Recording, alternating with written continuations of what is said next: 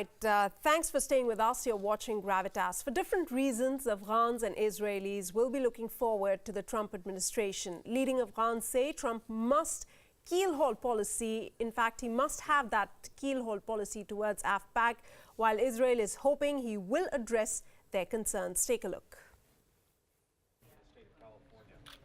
As Donald Trump prepares to check into the White House, former Afghan President Hamid Karzai called for a complete overhaul of U.S. policy towards his country and, of course, Pakistan. To Mr. Trump, the President-elect of the United States, my message is a reconsideration in depth of the policy in fighting extremism and terrorism, and in going to the sources, the places where they spring up, where they're trained, where they're equipped, where they're used against us. And unless we go to the fundamentals of it there, things will keep getting out of hand and keep getting worse. Therefore, yes, a very strong and in-depth reconsideration of that policy. Similar sentiments in Israel, where outgoing US President Obama's parting kick has left a bad taste in the mouth. It was Obama's decision to support a UN Security Council resolution condemning Israel for occupying Palestinian land that has left the Israelis bitter and angry. אזרחי ישראל, אני רוצה להרגיע אתכם. ההחלטה שהתקבלה אתמול באו"ם היא מעוותת, היא מבישה, אבל אנחנו נתגבר עליה. Afghans and Israelis will be hoping that the Trump administration will be willing to address their concerns. Bureau Report, WION. All right, let me go across live now to Jerusalem, from where our West Asia Bureau Chief Anchal Vora is joining me live. Anchal, first up, what is Donald Trump's vision for Israel according to your understanding there?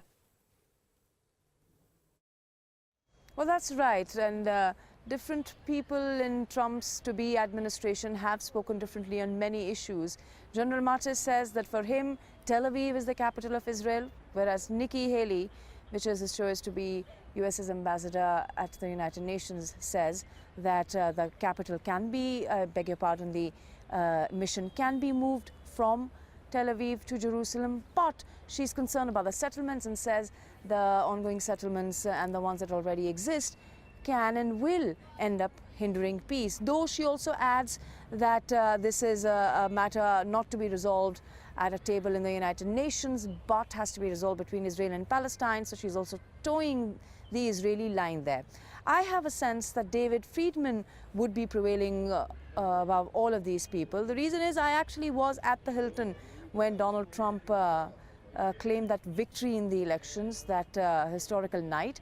And there were very few personalities, intellectuals there at the Hilton that night. One of them was David Friedman, and his son introduced me to him saying, this is the man who advises Donald Trump on the Israel policy.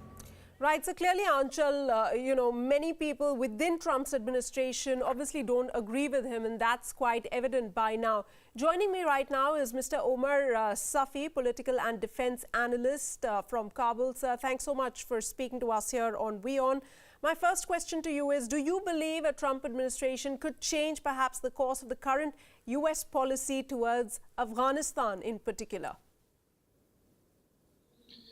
Well, I believe getting a lesson from the previous administration, I think Trump will come to Afghanistan with a new strategy and with a new policy.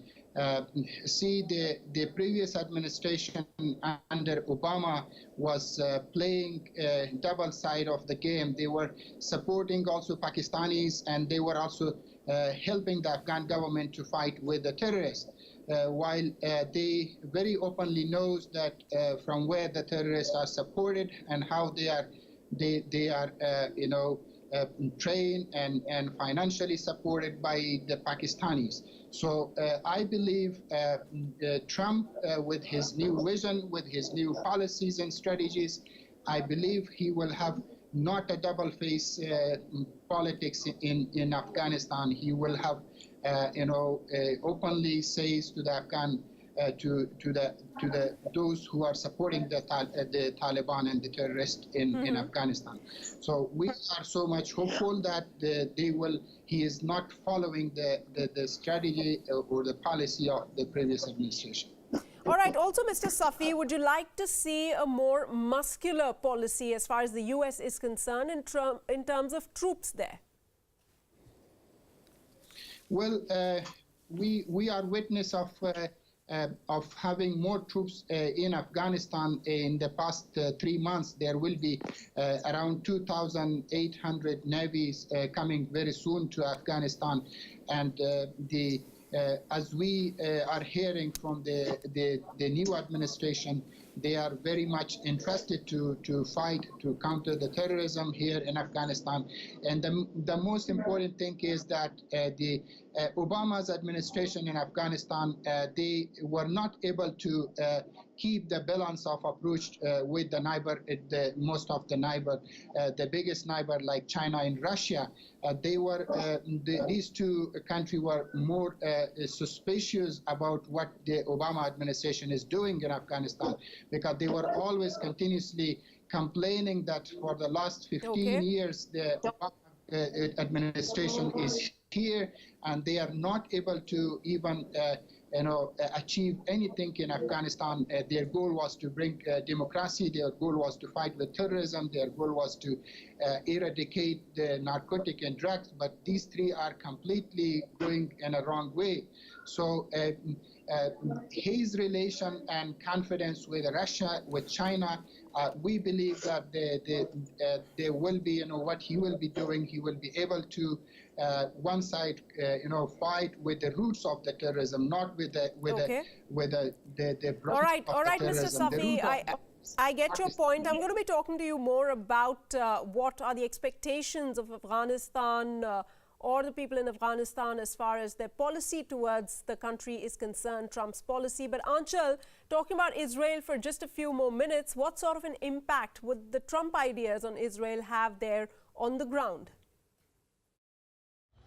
I came to Jerusalem from Jordan, and the taxi driver there that I was using, he is a Jordanian Palestinian, and he said, when I asked him about what he thinks about this Donald Trump's vision of Israel and some noises that perhaps the mission would be moved, he said that A, wouldn't be fair, and B, it would upset the Palestinians, and it would give an opportunity again to many of the Arab nations to stand together against Donald Trump and hence United States of America. So it certainly is going to be a matter of huge concern. Remember, this region has been calm for some time now, but it is quite a tense area. So every step that Donald Trump or the international community here wants to take has to be quite thought through.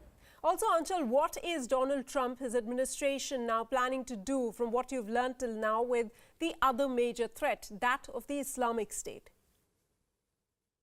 As far as the rest of the Middle East is concerned, Donald Trump has pretty much made his mind that he is going to be tackling ISIS, that he wants to get rid of ISIS. But what does that really mean? I was reading a book that he at least claims to have written, and there he talks about that he wants to bomb every area where ISIS is and bomb all these areas till the time ISIS hasn't been completely eradicated. Doesn't sound very well planned, if you ask me. And if he's going to bomb all these areas, there's certainly going to be a lot of collateral damage. So is America going to be then committing the same crimes it has been accusing Russia or Bashar al-Assad of? All right, Anchal, thanks so much for joining us here for the moment. Going back to discussing, what one can expect from Trump vis-a-vis Afghanistan and Pakistan, that region, Mr. Omar Safi, political and defense analyst, is with me. Sir, what would you like America, Donald Trump, to do vis-a-vis Pakistan at this point?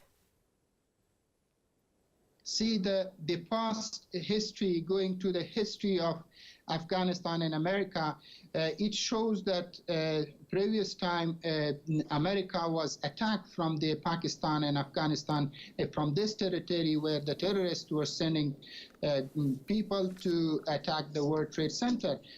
We believe that the security threat in Afghanistan is the security threat to America. So, and the roots of this threat is very clear, that which is in Pakistan.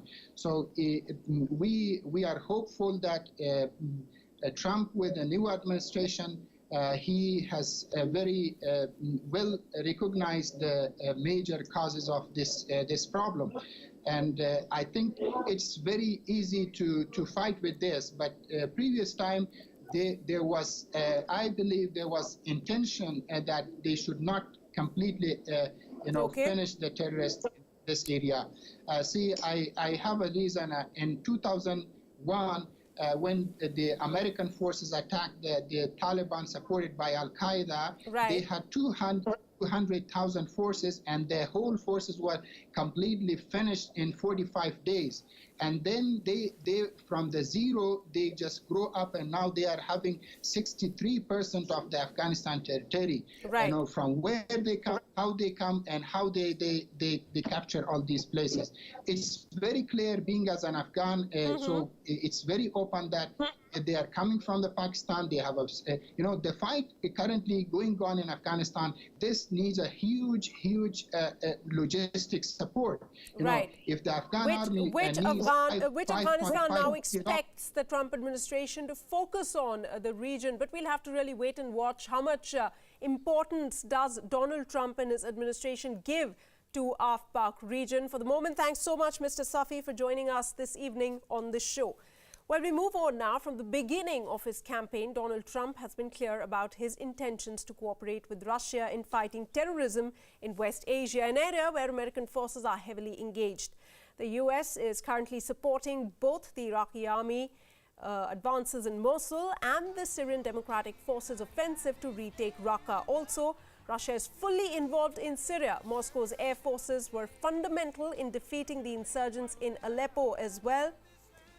Russian President Vladimir Putin has always been a supporter of President Assad, a man Washington labeled as a dictator and was therefore willing to topple. Referring to President Assad, Donald Trump said that even if the U.S. did not like him, who comes next would be the worst, he said, also claiming that time had come for the U.S. to look after their interests and avoid a nation building on foreign soil.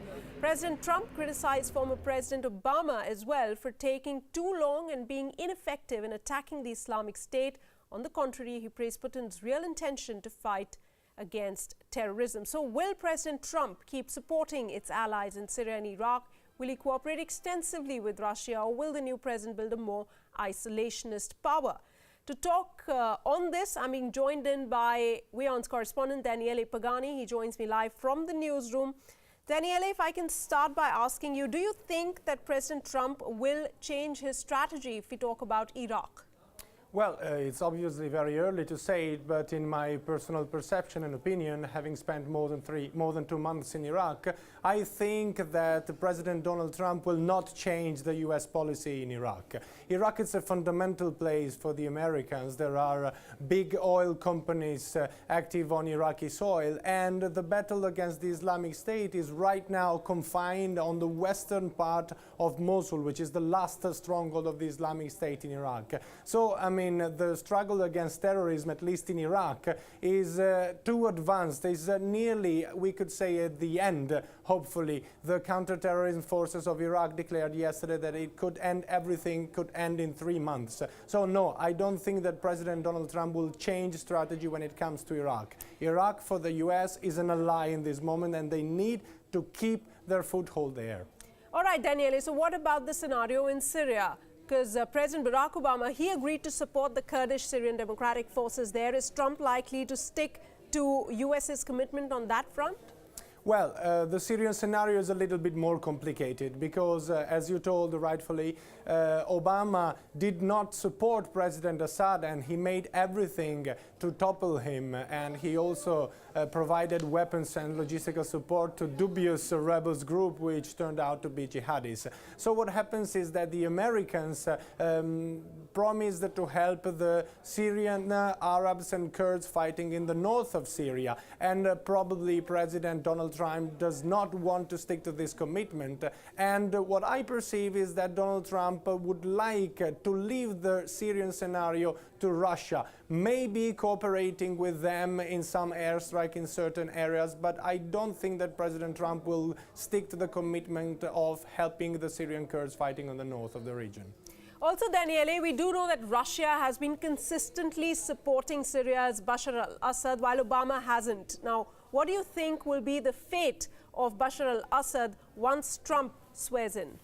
Well, given the situation, I think that Bashar al-Assad right now is not in danger. He will probably remain and keep his office because Obama was openly against him. The United States under the Obama administration considered him as an enemy of democracy, as a dictator, and they supported rebel groups and the Arab Springs the Arab Spring movement active in Syria.